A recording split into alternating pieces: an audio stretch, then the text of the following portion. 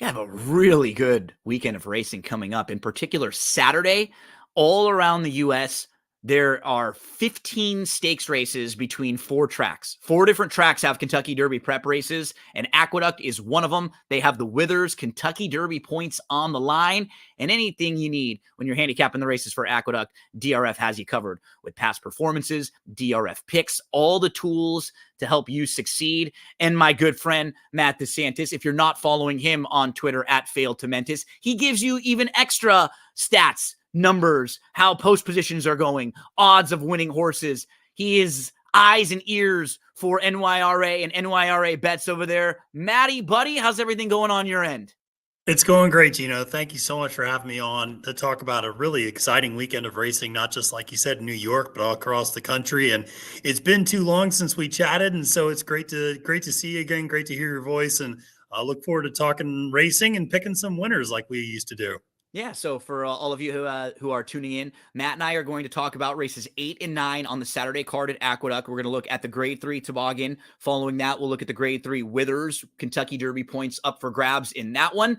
And then before we let Matt go, we'll pick his brain on the 3 other Kentucky Derby preps around the country, see if he has a quick thought on some of those as we're all focusing in now. It's that time of year, right? Every week it feels like there's a different track that's going to have their focus. The way the schedule was, I think the Southwest had to get pushed back. So that's why we end up having all 4 big ones this weekend. But just take your pick. It'll go to Fairgrounds next. They'll grab the baton for the Risen Star very soon. Turfway will have a day or two. And then all these same tracks this weekend, they'll have another prep in a month and then one more even in a couple months. So we have a lot to keep an eye on. And some of these races we're betting, others we're maybe monitoring for horses, right, to move forward. And it's kind of that, like, you're all putting together your top lists, or whether you're making your mental notes on, this a horse who I want to keep my eye on moving forward.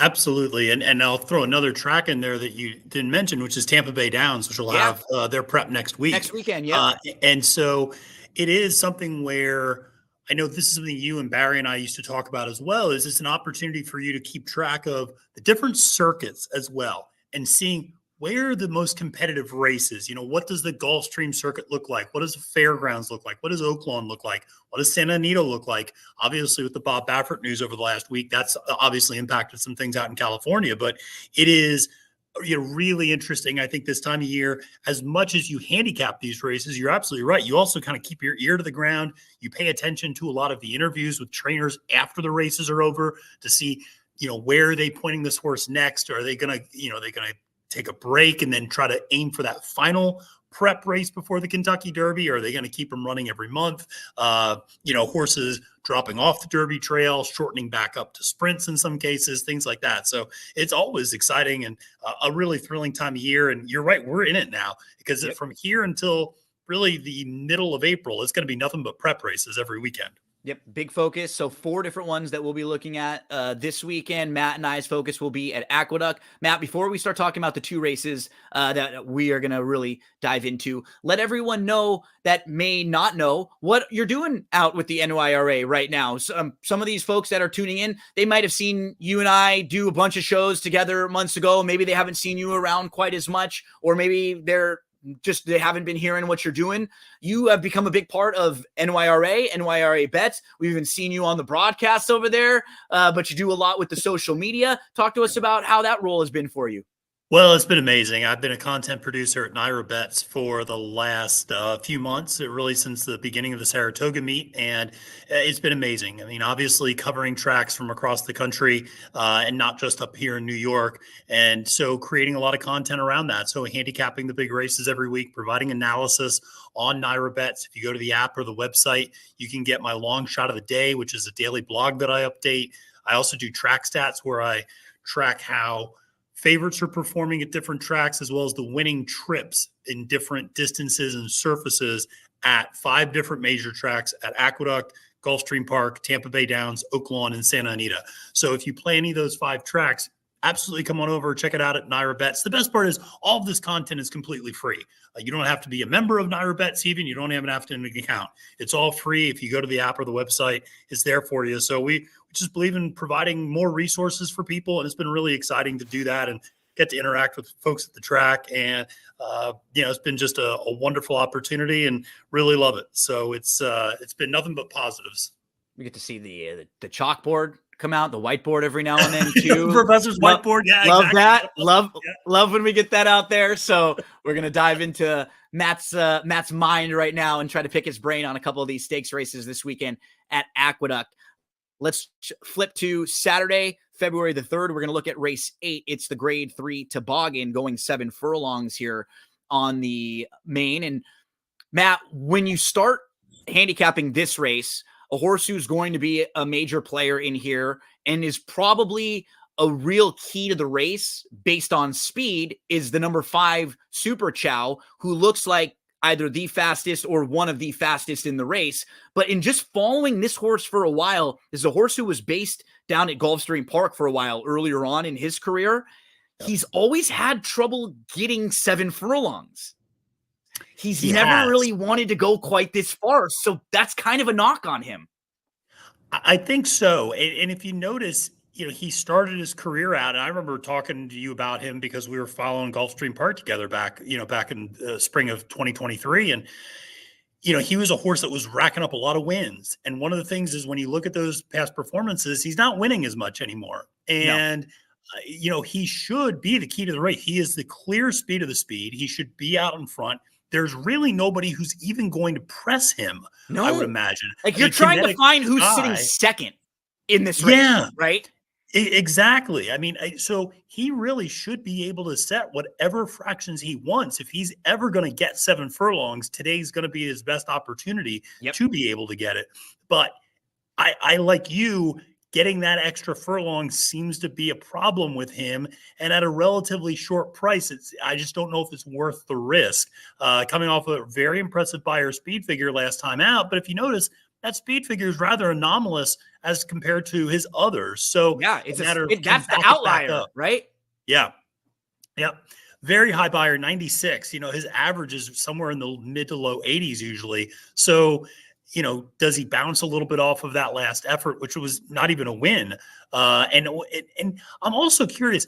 It seems like maybe he's lost a little bit off his fastball. Maybe he's not quite as fast out of the gate as he used to be. And so I think that's really hindering his chances in this particular spot. Yeah, I agree with you. And we started to talk a little bit about Kinetic Sky, who's 8-5 on the morning line. And he is in this spot. It's a good spot for him with his recent races. He's turning back a little bit. He's been very sharp. I mean, you look at his last 6 or 7 races, there's really only one clunker in that mix. He's faced some nice company. Heck, even the horse he just lost to last time out, Krupe, came back and ran really well in the Pegasus last week, finishing 3rd at 34-1. Yep. Yeah, no, he's, Rick Dutcher Jr. has done a good job at spotting this horse. The pace scenario sets up perfectly for him too, in that he's a horse that is going to be sitting 2nd or 3rd. He's got that outside draw position. Jose Lezcano, the jockey, will be able to slot him over and, behind Super Chow, presumably. And the fact that this horse has the foundation to go a mile and an eighth, now cutting back to 7 furlongs, a distance where he's never been out of the exacta. At 8-5, listen, we never like to eat chalk, but this is a very formidable favorite, I think, in this particular race. A very tough one to get by, I think. Especially of the 2 short prices, if they're going to be anything close to comparable, I just much prefer Kinetic Sky. Even little things that you're talking about with the speed figures, right? Just compare the 2 of them. This horse has just been living a lot more in the 90s. Yes. That's where Kinetic Sky sits. The one horse, if anyone's playing this race from a gambling standpoint, or you're trying to get a little value out of here, and a horse who I might throw a few bucks to win on, was this horse. Whenever I see this horse, it reminds me of a TV show that I loved a few years back, Flight of the Conchords. Murray was one of the main characters, the agent for Britt and Jermaine. And oh man, I was just watching a compilation of some funny Murray stuff. But this is another horse that I've known for a while This was a Yeah. highly regarded Baffert horse back in 2021. You can see he broke his maiden first time out of the box by 10 lengths at Del Mar. And that was so impressive. He was favored in the Grade 1 Del Mar Futurity in his second start. And he just didn't fire that day. He was off for a while. He had a physical issue. So he was off from September of 2021 to July of 2022. Shows back up. Actually ran pretty well in his return to the races, finishing second behind a horse named Kid Corleone. He earned a nice speed figure that day. But you could see following that, he's off again for another, 7-8 months from the whole second half of 2022 and the first couple months of 2023. He races, he's off again. He was having just physical issues. He just couldn't get to the races. So he leaves the Baffert barn. He comes to the Brittany Russell barn. They get him out to Pimlico. And they start him in an allowance race, but against softer company than what he would have been facing out in Southern California. And immediately, he runs really, really well. Talent has never been an issue for this horse, Matt. He's had talent from the beginning. He's just had a tough time staying on the racetrack and keeping it all together. So he shows up at Pimlico, and he beats a horse named Brother Conway. Since beating Brother Conway has won all 4 times. Since that, he's won his next 4 races in a row. Coming out of that, Murray finishes second behind a horse named Caudry, who is a 10-time winner. When you look at Caudry, who's earned like $450,000, is no slouch, like a nice upper allowance type horse. You then just kind of follow what Murray has done recently. His next start, he comes back and he beats Monday Morning Quarterback in 7's11. And Matt, you know the circuit really well out there at Laurel and Pimlico. Those are like low-level stakes or high-level allowance type horses. They're solid horses. You know, they're not top-tier graded stakes types, but they're nice horses to beat, and handles them. And you just look at the recent form. His speed figures are a little low. I think sometimes that happens just at the smaller tracks too, and not necessarily the bigger tracks. Sometimes they just don't have as fast of races and as big of speed figures. I think you'll see that all over the place. He has ability. He had a tough start to his career. He's a horse who's figuring it out now. He would be a horse, if I'm playing this race, that I would play, that has upside, that I like the fact that Brittany Russell says, yeah, let's go take a shot against this type of a graded stakes group. This is the type of shot you need to take, right? Yeah, I completely agree. And it's funny, I just actually finished my analysis of the toboggan for Naira Bets, which people can go online and read. And there's a reason you and I like talking horses, because a lot of times we see things eye to eye. And Murray was the choice. I said, listen, if you want to try to get beyond the top 2, this is the most logical horse to go to, I think. And part of it is because of the trip that he's going to sit. He's got good tactical speed. And here's a little stat to throw out to the listeners. Since the beginning of the fall meet at Aqueduct, only 12% of dirt sprint winners have come from more than 3 lengths off the pace at second call. In other words, you want to be on or near the lead. And that's exactly where Murray is going to be. He's going to be sitting that tracking trip. This is a horse that faded a little bit at a mile last time out. The cut back to 7 furlongs should hit him right between the eyes. Brittany Russell came up here last year and shocked everybody with Doppelganger, a former Bob Baffert horse, by winning the Carter Handicap. She can absolutely come up here with Murray, another former Baffert horse, and win this race and upset the apple cart a little bit. This is a horse, you know, if you're looking for, from a handicapping and betting perspective, if you can't get past Kinetic Sky or Super Chow, this is a horse, Murray, is going to be on all my exactas. Like, this is a horse that's going to be in my vertical tickets because at 8-1, you're getting a really good value. Also, Manny Franco, it would seem to fit this horse really well. Manny's going to get this horse out aggressively, and I would imagine Murray's going to be sitting third, no worse than fourth. By process of elimination, just if all these horses were just to naturally go out there and run, he would be probably the third fastest in here, I think, naturally. And that's exactly where you'd love to see him, just in that spot. He can pass horses. He's going to be cutting back a little bit. We like the races that he comes out of. They're a little bit sneaky. He's in good hands for a very capable conditioner and a very capable rider. There's a lot. He checks a lot of boxes for a price horse to play. You know? Absolutely. Absolutely. So Murray is the horse that me and Maddie think is live if you're looking to play against any of these favorites in the toboggan. But Kinetic Sky is very, very is a very formidable favorite in here. I think he definitely is the horse to beat of the two shorter ones. We were both on the Kinetic Sky bandwagon more so than the Super Chow bandwagon, and Murray looks like the value if you want to try to spice up race 8, the grade 3 toboggan. Let's flip the page, Maddie, to the Withers. It is one of the 4 Kentucky Derby prep races this weekend. All of those prep races offer points to the top 5 finishers of the races. Right now, the Bob Baffert horses cannot get points as of yet. We heard that that ruling is still going right now, even though his owners have stuck with him, which made you speculate. I don't like speculating a lot of the times because you never know, but it did make you think that there might be something more to that they all stayed with him, that there was maybe a decision to come down the line. We'll see. I'll play it by ear as it comes. But as we flip to race number 9, Kentucky Derby points are on the line in this one. And no surprise when Brad Cox shows up with the horse, they're going to be pretty live in like all of these prep races. And it's an embarrassment of riches for a trainer like Brad Cox because there are actual articles that have to come out talking about how he has to separate all of his horses because he has so many of them. Where are they going to go? 2 here, 2 there, 2 here. He brings Lightline over to run in the Withers.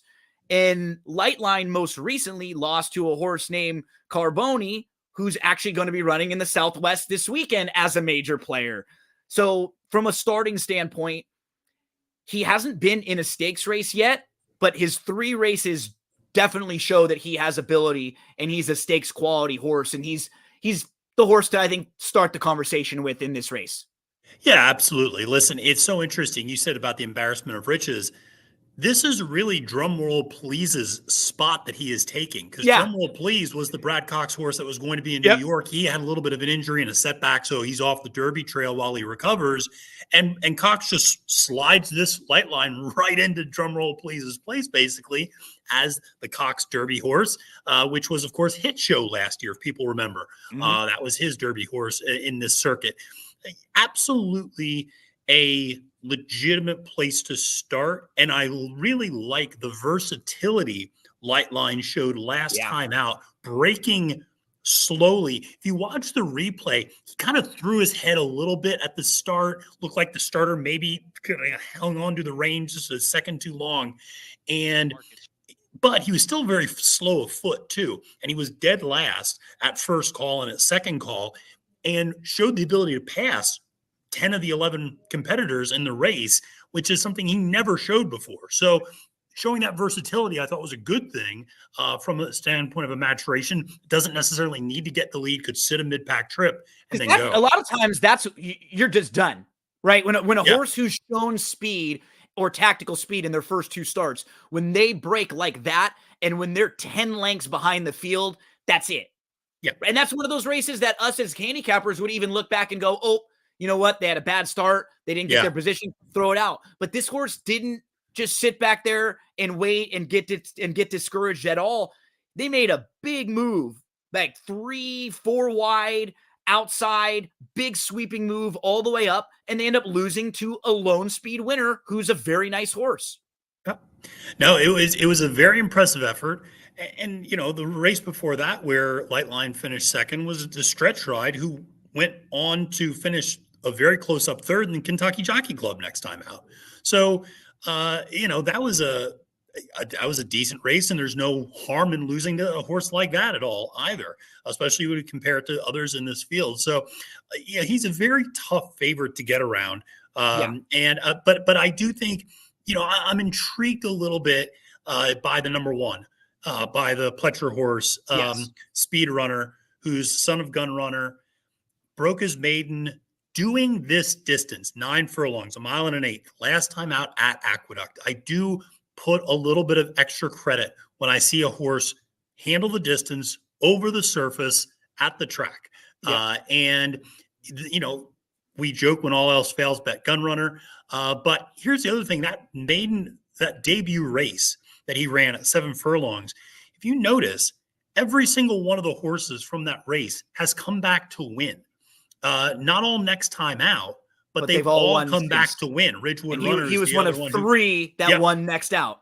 yep, 3-1 next time out, and the second place horse won 2 races after that run. So it was, that's a very strong debut race that he came out of. Then goes and breaks his maiden, showed a lot of grit, holding off Malarchuk, who was favored over him in that race on December 8th at Aqueduct. And the other interesting thing to note is that 3 of the last 4 winners of the Withers came straight from Maiden Special Weight Company to win this race. So historically, you've wanted to be in the Remsen, you've wanted to be in the Nashua, you've wanted to be in these stakes races in New York, the Prep. Not anymore. Now you're seeing Recently. this straight from Maiden, straight to the Withers. And Pletcher is certainly one of those, trainers who's able to get these horses to move forward well. Will have the inside rail position, good tactical speed, could sit a nice pocket trip potentially, or maybe even get out there on the front end, depending on how much speed they want to flash go on 2 turns. So Jose Lezcano's got a couple of efforts. And at 5-1 on the morning line, if I was going to try to take a shot to beat the favorite, this is probably where I would go. There were 3 horses that I had on my radar in this race, and he's absolutely one of them. And we do this sometimes, and I try to make sure I catch myself if I do. He got a really nice trip in that race. He sat a beautiful trip second off, or he sat just off the lead. We don't want to always knock horses that can put themselves in that spot, right? Yep. If horses get a good trip and they're in a race and a couple others don't, and you want to maybe upgrade the ones that didn't, totally agree. Fine with that. But in this situation, Speedrunner was in put himself in a nice spot. He got a good trip, and he might just get a good trip again. I mean, and I think it's something my friend Sarah El Badwi and I talk about a lot, which is Sarah will always go, well, yeah, but he got the perfect trip. And I go, well, that horse always gets the perfect trip, which should tell you something about that horse. And in particular, like always, price should come into it, right? Absolutely. And when they're a horse that is getting a perfect trip and you want to try to beat them because you feel like one of these days they're not, and they're like my San Francisco 49ers. The one day that somebody actually catches the interceptions that they throw, they'll lose. When that doesn't happen, they're going to win. So you bounce balls off the guy's helmet for a 50-yard pass, those are the kinds of things that happen. But for Speedrunner, I think one of his major attributes is that he's going to put himself in a really good spot. Yeah. There's one big price that I want to mention. Yeah, if please. Anyone's throwing playing nice exactas tries, or if you're playing sort of late exotics and you want to use a big price in here, I think there are versions of this race where I could see Speedrunner forwardly placed in here. You have a horse like Deposition with the blinkers on, stretching out, should want to be forwardly placed. Lightline, because they had such a bad start, many times in the next race, Connections will overcompensate and go even more aggressive just to make sure that they're way up front and way closer. Yeah, and you have Manny aboard. You have Manny Franco aboard, and Manny's going to go. And you think you're the best horse in this race, right? So you want to be close up. El Grande O wants to go. Seminole Chief wants to go. Mission Beach, stretching out from sprints, wants to go. So Conte, there are versions of this race where a lot of these horses go. I think the 6 is going to run well in here. I don't know if the 6 is going to win this race. This is a lot to ask. But he debuted in a very strong race at Saratoga that has been talked about a lot. Valentine Candy was a horse who had his number upgraded after that maiden special weight win because he didn't get a very big speed figure, but the race came back extremely strong. You had horses like General Partner and Dancing Groom come out of it and run really, really well. So that debut race I thought was good. It was in a strong field. So I know he faced tough company that day. He comes back on December the 8th, and he had to stretch out from 6 furlongs all the way to a mile and an eighth. And Speedrunner wins in a race where he sits a great trip. Society Man was never going to win that race the way it shapes up. He's more of a closer. But how I plotted out just a minute ago, if there's a version of this race where all of those horses I mentioned are going and trying to get positioning, he's one of the real true closers in here who he kind of loomed up into the race and he got to about 2 lengths out of it. And it was so funny, Matt. You could just see the fitness hit him. Yeah. that he was like looming up, and it was about at the mile point, and it was like, oh, I'm tired. I have not run in months. This is a mile and an eighth. That's a lot to ask. Now I'm done. But there may be a quicker pace in here. And if there is, he could be one of the horses that's at least passing some others and picking up pieces at a huge price.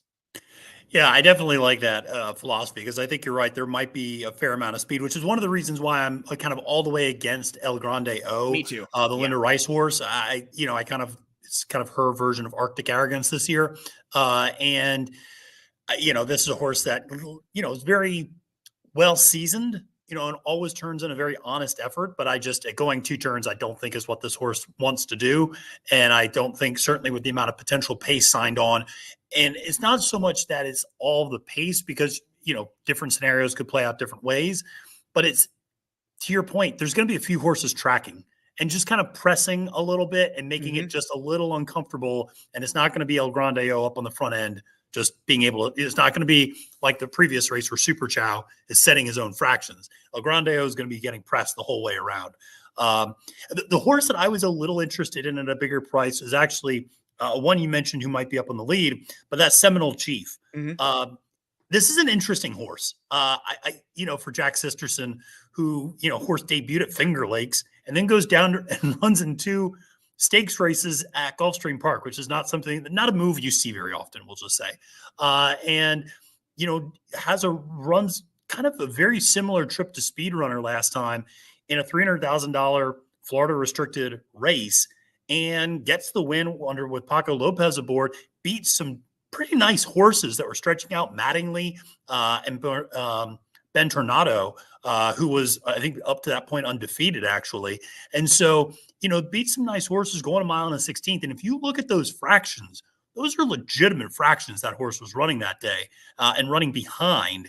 And he's not going to have to run behind fractions nearly that fast at Aqueduct. No. And so I'm curious with Trevor McCarthy, Trevor is one of these jockeys who gives long shots really good rides. And he may not always get home, he might not always win, but I can't tell you the number of times Trevor McCarthy gets a 49-1 horse to finish second, a 36-1 horse to finish third. He gets big prices onto the board, and he might just get this one onto the board as well. Seminole Chief at a nice price there. Maybe a horse to throw into some of your multi-exotics. At least worth mentioning, Mission Beach kind of looks a little like Murray, who we were talking about before, right? You've got the horse who started in the Baffert barn and was very good in his debut, went right into Grade 1 company in his second start. He came from off the pace last time out. I mean, he feels like a total wild card. I don't really know what to expect from him, other than I think he'll probably want to be showing more speed in here, going a little bit farther coming out of that sprint race. I would imagine, Curlins sometimes take a little bit longer to develop, which is who his sire is. But they also are great at distance. And so you'd assume that he could get the distance. We'll see. This will be a first time trying 2 turns. Brittany's brought this horse along, pretty well. I will say jockey Dylan Davis has been on a bit of a heater up here at Aqueduct the last couple of weeks. He's been riding really, really well and being a lot more aggressive too, which is when Dylan's at his best. That's a horse at 6-1. I agree with you. Wild card. Again, I just did the write-up of this. You're taking the words right out of my mouth, because that was exactly the word I used to describe Mission Beach in my analysis, which was wild card. Maybe this horse wins. Maybe this horse finishes 6th. I could see either of those things happening, and neither would surprise me. So, it'll be interesting to see where the board goes with this type of horse. That's the key, right? Because these are the types of horses that are generally overbet. Yeah. But if they're not, then the whole conversation around a horse like this is different, right? If he is 5 or 6-1 versus 5-2, we're having a totally different conversation. So, yeah, I mean, I would not talk people off wanting to throw this horse in the mix if he's around this price. Yep. I think that's fair to use. If he gets bet down a little, and if something flip-flopped, like he gets bet and El Grande O floats up. Right. I could see a scenario where something like that happens. Well, then I'm a little more trepidatious off of him. I just watched a Macho Man promo where he used that word recently, so I wanted to make sure I was able to throw it in somewhere. Yeah, I was like waiting, throwing it in. Trepidatious is the word. Ooh, yeah, Mean Gene. That's got And to he be went the with first it. word you know. Yeah, it I was love great. It was that. it. It was that and the word of the day, toilet paper. I've got going on, so I just trying to get these in the best that we can. Maddie, before we let you go, I want to get some quick hits on the other Yeah. 3 prep races that are around the country. 2 of the best 3-year-olds right now in training are going to be running this weekend. 2 of the horses that have been the most accomplished. First, we'll see Fierceness out at Gulfstream Park. He's in the Holy Bull. He earned a monster Beyer speed figure when he won the Breeders' Cup Juvenile. He's your 2-year-old champ. He does look like a big standout, at least on paper there. Any thoughts overall about that race with him? Yeah, he looks really tough to get by. And what's interesting is the one horse I kind of liked to potentially upset, or at least to finish on the board at a big price, was the horse No More Time for Jose And they're D'Angelo. going to Yeah, reroute. yep, they're moving another route and they're going to the same F Davis next week at Tampa instead. So Fierceness looks very tough. He just has such good speed. And that effort that he showed at Santa Anita was really good. And Pletcher has been, he's had 7 works, I want to say, since then. So he's coming in at pretty close to 100%. This is not a give him a couple of works and see how he is off the bench. I mean, this is a horse that's pretty well geared up for this spot. So he's going to be tough. I do wonder if, some of the horses try to chase him a little too much. A horse like Otello for Christophe Clement could end up becoming a little bit more attractive, as well as the horse who won the Mucho Macho Man. Horse that likes to come from off the pace, should like additional distance. So that's a horse, obviously, to keep an eye on as well. But Fierceness is a tough one to get by, and that I think he'll be a single on a lot of people's tickets. Yeah, and part of the coast to coast pick 5 this weekend. It's actually between Gulfstream and Santa Anita. They're all stakes races, and it goes from Fierceness and then to Nisos in the Bob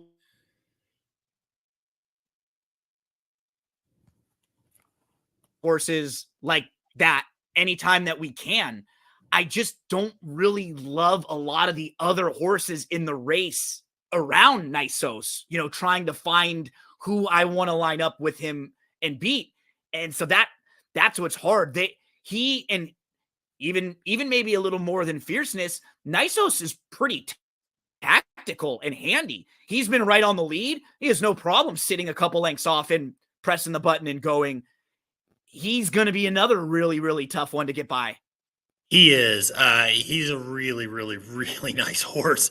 You look at a horse like Stronghold, who finished second to him 2 back in the Bob Hope, and took a little bit of a step forward, finishing second to Winstock, who, of course, is your second choice in the Southwest Stakes as well last time out. So, in the Los Al Futurity. So Stronghold at 6-1, certainly is an interesting horse. Gets the blinkers put on for Phil D'Amato. I even think a horse like Scatify on the far outside for John Sadler, who had a pretty impressive debut, earned an 84 Beyer speed figure, might be able to take another step forward and showed the ability to rate a little bit as well in that sort of a spot. But, we'll have to obviously contend with an outside post position going 2 turns. Yeah, Nisos, he's a horse that hasn't done anything wrong in his 2 races. I mean, he's been, like you said, not only has the margin of victory been impressive, but the manner with which he's won has been impressive. Being able to show versatility, being able to show the ability to rate. And so he's because that to me is what makes him different than some of the other Baffert speedball horses that we see that are so impressive. But we can tell, that horse is really fast. What's going to happen when he gets hooked? Yep. I don't really have that worry with Nisos right now with what he showed so far. And yeah, it's, you mentioned Scatify, the horse on the outside. And McVeigh would be another underneath horses who I think will improve with distance and will run well here.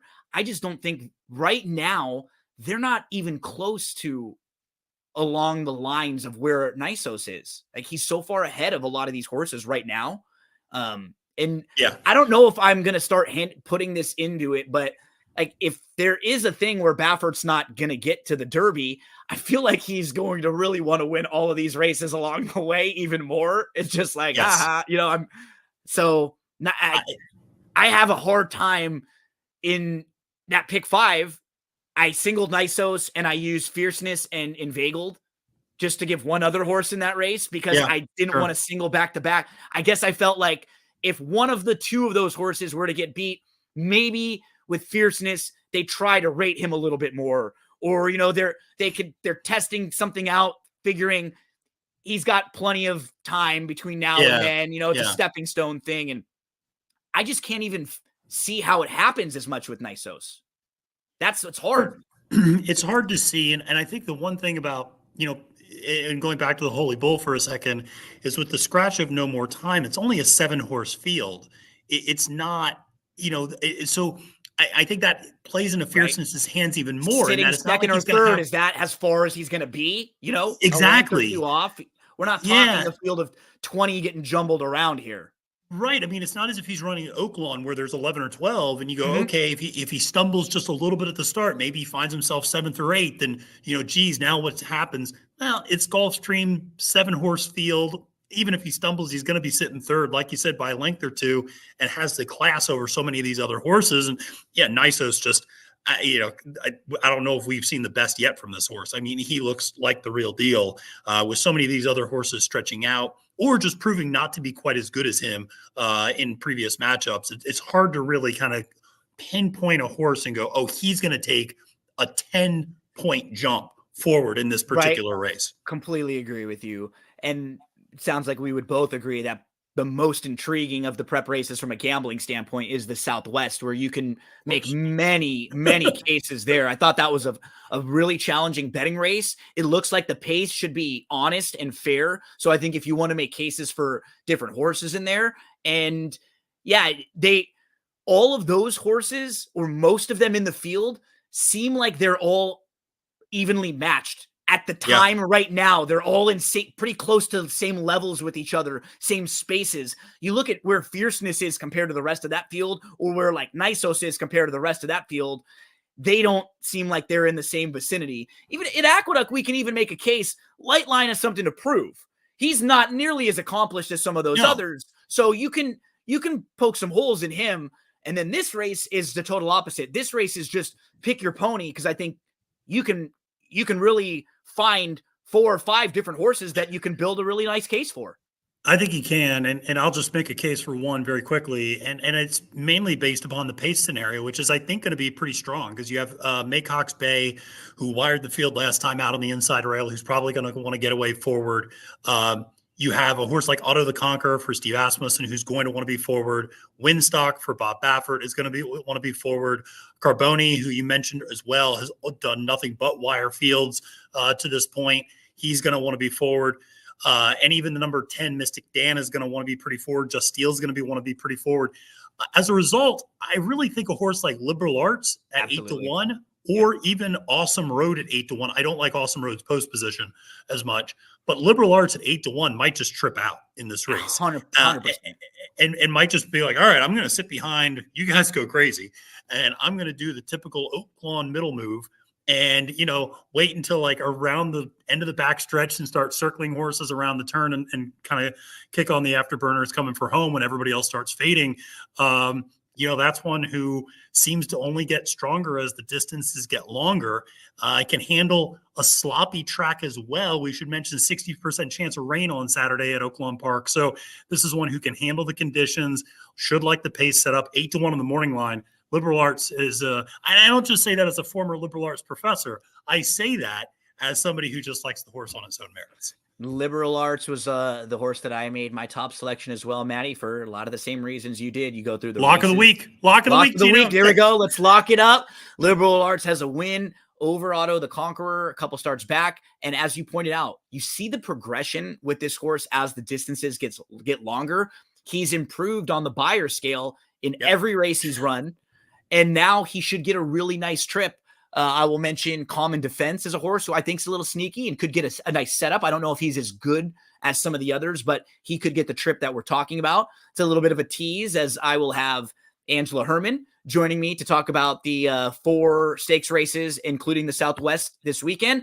And Barry Spears is going to join me to talk about Gulfstream Park and races 8-12 there, and the Holy Bull, the Sniper. Maddie, buddy, it was such a blast catching up with you, man. So now with the big races at New York coming up, we'll get you back again in a few weeks to talk with these prep races leading the way. I'd love to pick your brain and see what you've noticed with the track and the trends and everything. And we're always following along, and we're always rooting for you, man, to hit your tickets, to look as good as possible at all points. I feel like I'm like a brother watching you. I'm so proud of all the work that you do, and I'm listening and I'm learning intently, and I'm always watching and paying attention. Even if you don't know, I'm watching. I'm always there watching. So, great work, man. I'm really proud of the stuff that you've done, and I can't wait to tune in and listen to some of your segments or watch you if you next time you get to fill back in on Talking Horses. Great work, buddy. I appreciate it, man. Thank you so much. It was great talking to you, and look forward to doing it again soon.